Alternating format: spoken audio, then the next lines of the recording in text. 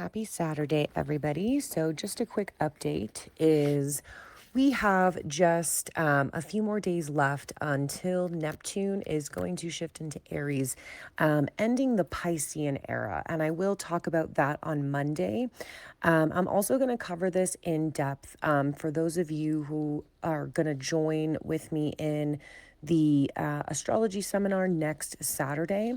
We're going to focus heavily on the Saturn Neptune conjunction and specifically where that falls into each of your charts. I'm going to go over kind of the macro manifestation of this conjunction, but also the individual manifestation. So, whatever house that's falling in, that is going to basically create a completely new cycle for you individually.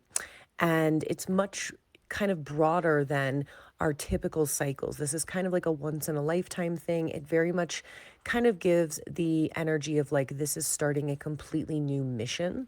I've kind of shared before that the energy of this year with the fire horse and the one and the conjunction really feels like we've been preparing to actually begin something, even though it kind of, for a lot of years, has felt like we've been trying to race towards a particular finish line. But the reality is that we haven't begun. And I will talk all about that, but it does seem like we've actually been training and preparing for whatever the real mission was. And that's going to be very, again, individual to your chart, but also collectively talking about that. I'm also going to talk about the fire horse and the one energy of February, the solar eclipse in Aquarius as well. And I'm going to help everybody figure out what your Chinese zodiac archetype is, because that's going to be important to determine how to work with the fire horse energy, and also what your life path number is and how that's going to align to the universal 1 year.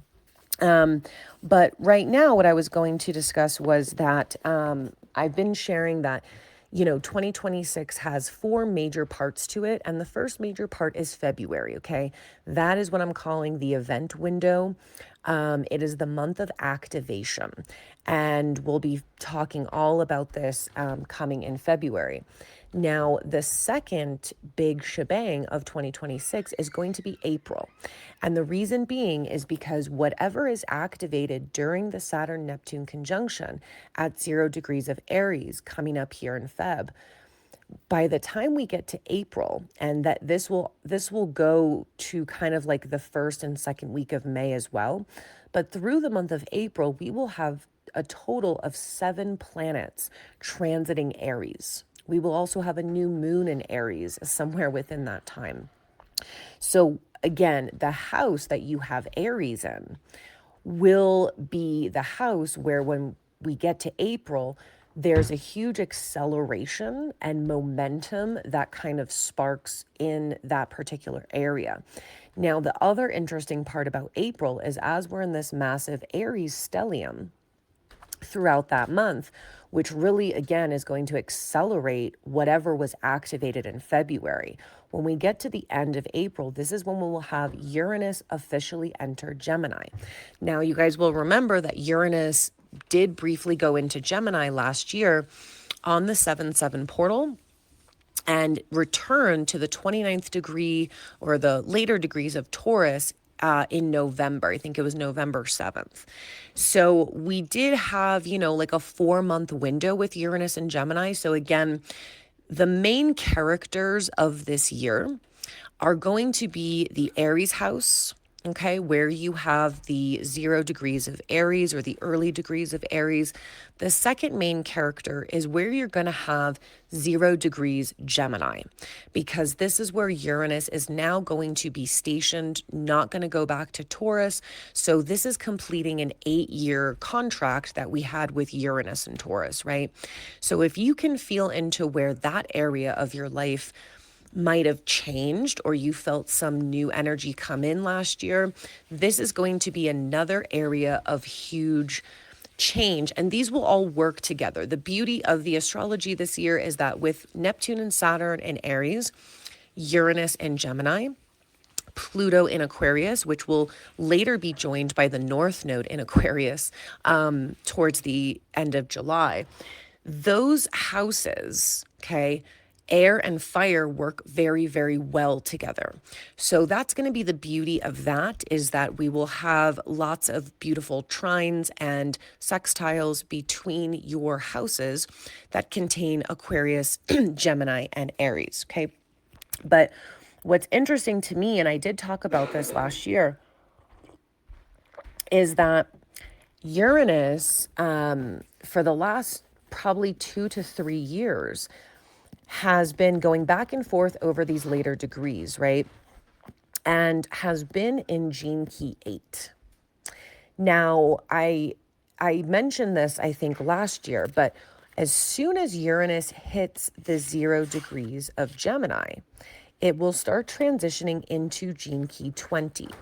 So, I find it fascinating to look at the outer planets and the gene keys that they are transiting, because they spend a long time in these gene keys, because it takes them quite a while to move through these degrees to change gene keys, right? So for instance, Pluto was in gene key 60 for like 5 years, okay? The shadow of limitation. We now finally have Pluto in a new gene key, which is 41. And that carries the gift of anticipation and the Siddhi of emanation. And it's all about basically becoming source. Not that we are individually source, but becoming the kind of emanation of source itself. And so with Uranus moving into the 0 degrees of Gemini, it's immediately going to activate Gene Key 20, which it also did last year. And if you guys remember, Gene Key 20 is one of the gene keys that is part of the new incarnation cross that all of humanity is going to transition to in 2027. Okay, so 2027 will be a whole nother discussion. But the changing of incarnation crosses only happens every 600 years. So, we can see why this year, next year, 2028 are just huge, massive milestones in the ascension process for these reasons. And so Gene Key 20 is very important because it is a huge part of this incarnation cross, and Uranus will be stationed there for a few years. So I want to talk about Gene Key 8 today, and that's actually the next gene key for us to activate in our series of gene key activations, because we only have about 2.5 months left. Okay. Or 3 months left of Uranus in Gene Key 8. So we want to understand what Uranus was trying to get us to to do or to embody through this gene key for the last couple of years. And again, if you look at your houses, wherever Uranus is in the later degrees of Taurus, that's where this gene key is going to be expressing itself. And so Gene Key 8 is known as the diamond of the self, and the shadow is mediocrity. And so Richard Rudd says that the 8th shadow is founded upon a specific fear. And in this case, it is the fear of being different. The 8th shadow prevents individuals from rising out of the mass consciousness and exploring the real adventure in life. The true nature of individuality is rebellion, but rebellion is unsafe. So the mass consciousness chooses the illusion of security instead. So basically, this shadow creates a planetary comfort zone. He says, and he talks about modern educational systems and basically says that, this is why in kind of mainstream education, what they really want to do is they want you to be the same as everybody else. He says, by setting up a system where sameness is the rule, we successfully turn individuals into outsiders. And he says that this gene key kind of does trigger the thought or the question of, is formal education needed at all? Is it beneficial? Because he says that this shadow is bred into us from an early age and in most cases has to be unlearned later in life if you are to have a chance of living out your gifts and finding your genius. One of the deep fears of this gene key is the fear of success. You compromise your dreams not because you fear that you will fail, but because you know that to succeed, you will have to rebel against the whole of society and its expectations of you. You fear what you might become because you don't know who you are. He says this shadow gives you a stereotype in the world, which not only makes you feel safe about who you think you are, but also makes others feel safe about who they think you are. And he says mediocrity, which is the shadow here, is defined by others rather than yourself.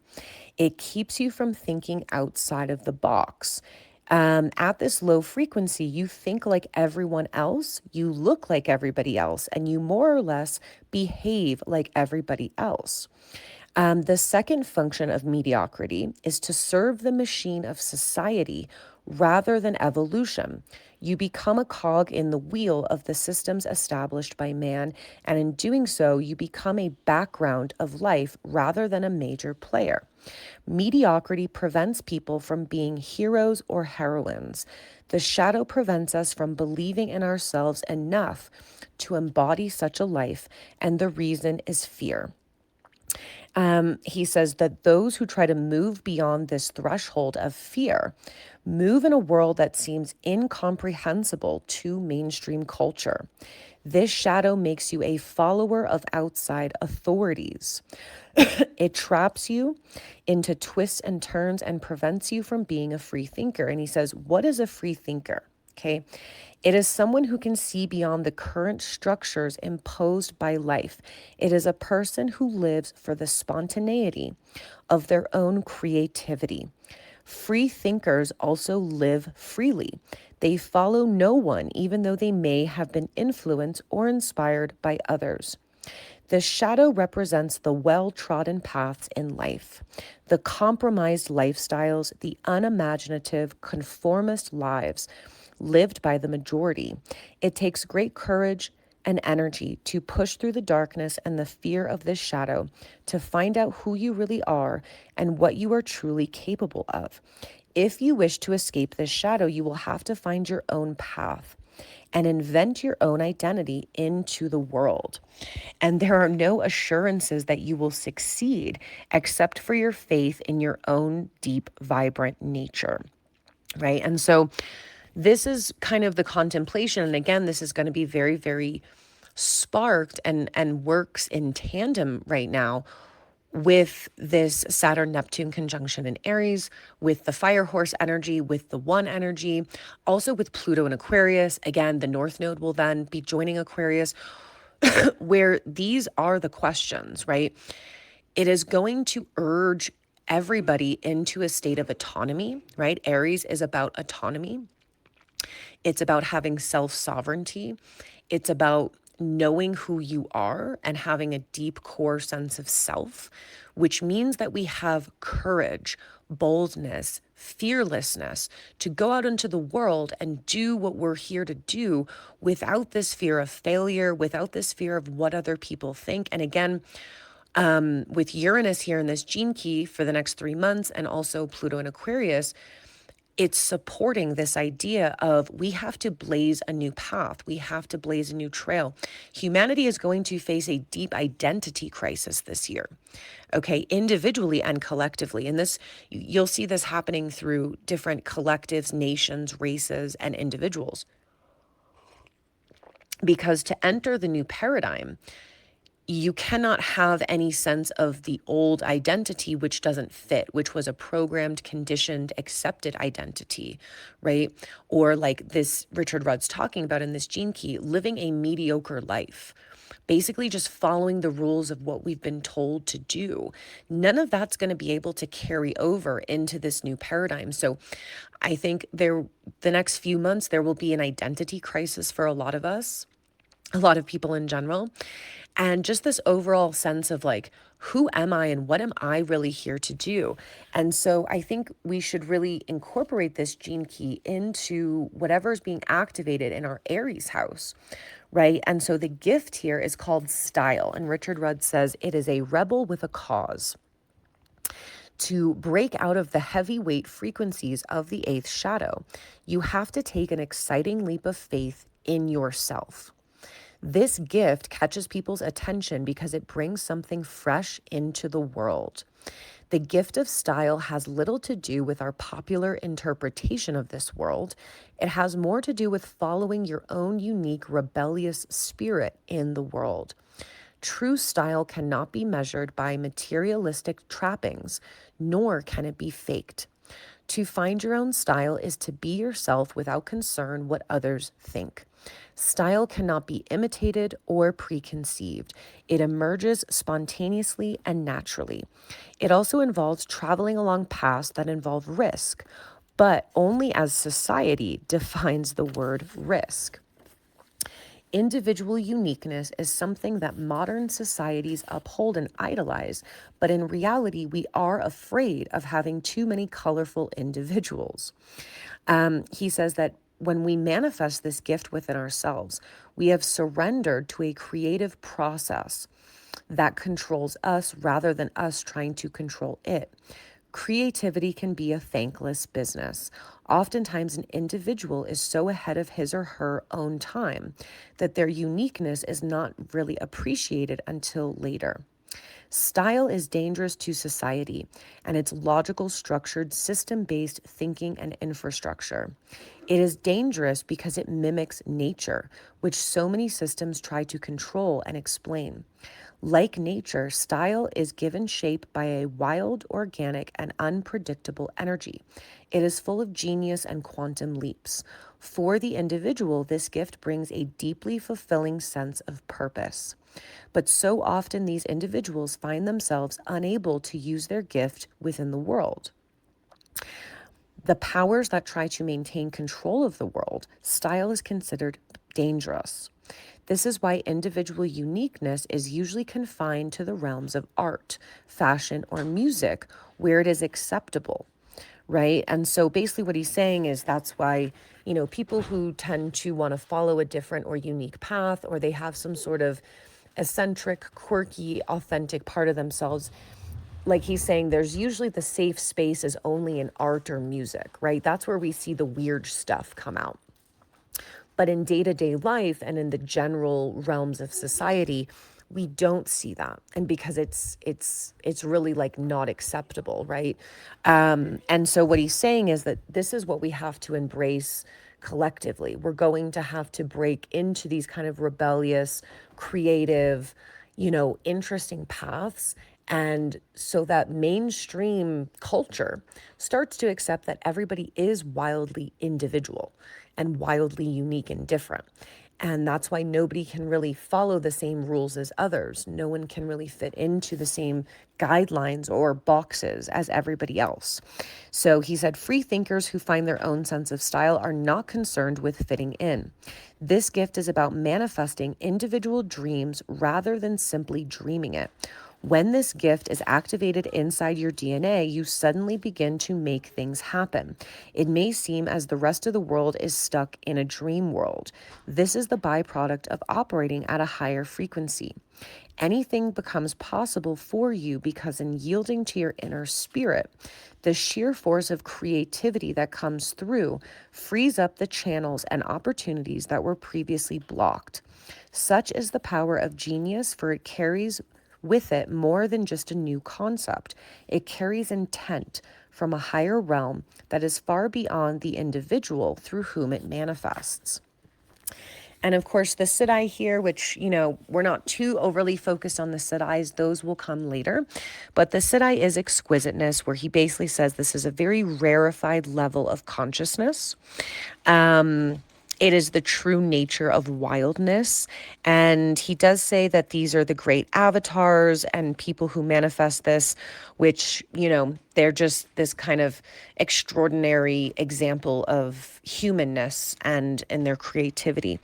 But he said our most common mistake will lie in trying to emulate such people. Basically, don't try to emulate those that inspire us, we can be inspired by them, but not try to mimic them because that will just put us right back into the shadow. And he says, the people of the eighth Siddhi are not leaders, they are examples. They do not want anyone to follow or mimic them. Their language is that of the rebel. They are not limited to any single form of expression, but they will basically play with all types of expressions. And so he says that this Siddhi sparks like an exquisite, rare jewel. Such people will create their path as they walk it.